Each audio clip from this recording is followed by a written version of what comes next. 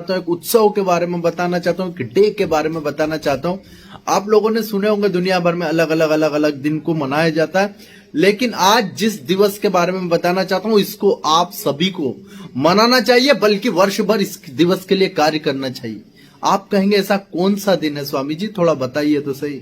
तो सुनिए, इस दिवस का नाम है विश्व आदिवासी दिवस, वर्ल्ड ट्राइबल डे। 9 अगस्त को मनाया जाता है। आप कहेंगे स्वामी जी इसका इतिहास क्या है, क्यों मनाया जाता है? क्या हर दिन आदिवासियों का नहीं होता? क्या हर दिन आदिवासी नहीं रहते? क्या एक ही दिन रहते हैं क्या? क्यों मनाया जाता है? आइए मैं कारण बता देता हूं। आप या आपके पूर्वज इसका कारण होंगे कहीं ना कहीं। आप कहेंगे कैसे? मैं बताता हूं ऐसे। सुनिए, भारत ही नहीं पूरे विश्व के अंदर पूरी संस्कृतियां फल फूल रही थी, लेकिन अचानक से विकास और डेवलपमेंट के नाम पर कुछ दुष्ट कुत्सित मानसिकता के लोग पहुंच गए ऐसी जगहों पर जो प्रकृति ने सौंदर्य से भरपूर रखी थी, जो प्रकृति ने नेचर ब्यूटी दिया था।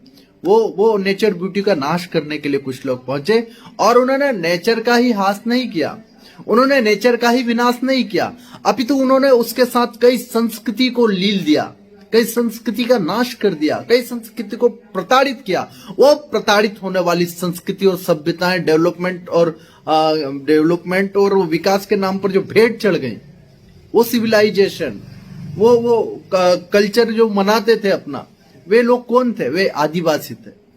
मैं आपको हजारों ऐसी घटनाएं नहीं लाखों गिना सकता हूं। मैं जब अध्ययन करने उतरा हूं तो मैं घबरा जाता हूं, मेरे रोंगटे खड़े हो जाते जिस प्रकार से इनके साथ प्रताड़नाएं हुई है। उन प्रताड़नाओं को याद करके इनको मुख्य धारा से कैसे जोड़ा जाए, इसके लिए विश्व आदिवासी दिवस का एक दिन तय किया गया, वो भी यूएनओ के द्वारा, कोई छोटी मोटी संस्थाओं के द्वारा नहीं। और इसके लिए बहुत बड़ा संघर्ष हुआ।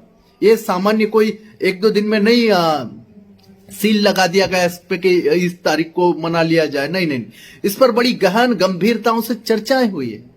बड़ी बड़ी संस्थाओं ने बड़े बड़े रिसर्च किए, उसके बाद माना, स्वीकार किया, बड़े शर्म के साथ स्वीकार किया कि हाँ, हमारे इस विकास ने आदिवासियों का शोषण किया, उनको उनकी सभ्यता और संस्कृति से दूर कर दिया, विमुख कर दिया, उनको उनकी ही जगह से, उनके जंगलों से, उनकी जमीन से, उनके पहाड़ों से, उनके प्रेम से, उनके प्यार से, उनके लव से, उनकी मातृभू से दूर करके हमने उनको झटक दिया।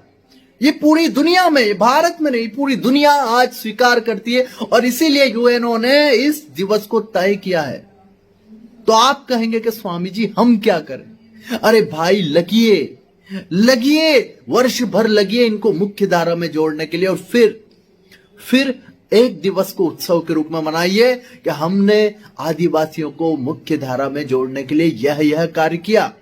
आदिवासी भाई तो मनाते हैं वो उत्साह की तरीके से, अपने पूर्वजों की वीर गाथाओं से वे भरपूर रहते हैं, लेकिन उनकी वीर गाथाएं जन सामान्य तक क्यों नहीं पहुंच पाई? कारण जानिए ना, कारण ढूंढिए कि उनकी वीर गाथाएं, आदिवासी वीरों की वीर गाथाएं जन सामान्य तक क्यों नहीं पहुंची? क्या कारण? इसके पीछे क्या षड्यंत्र है? इसके पीछे एक पूरा का पूरा क्या आडंबर है कि इनकी वीर गाथाओं को जन सामान्य तक जाने नहीं दिया। प्रकृति के सबसे बड़े प्रेमी, नेचुरल लवर, सबसे बड़े कौन? आदिवासी। और मैं जानता हूं कि मेरी बातों से कुछ लोगों को दुख होगा, दुख होना चाहिए, दुख और गम उनके जीवन में होना चाहिए। कारण कि हम जिन्हें भाई कहते हैं, हम उन्हें गले से नहीं लगाते। अरे जिनके यहां पर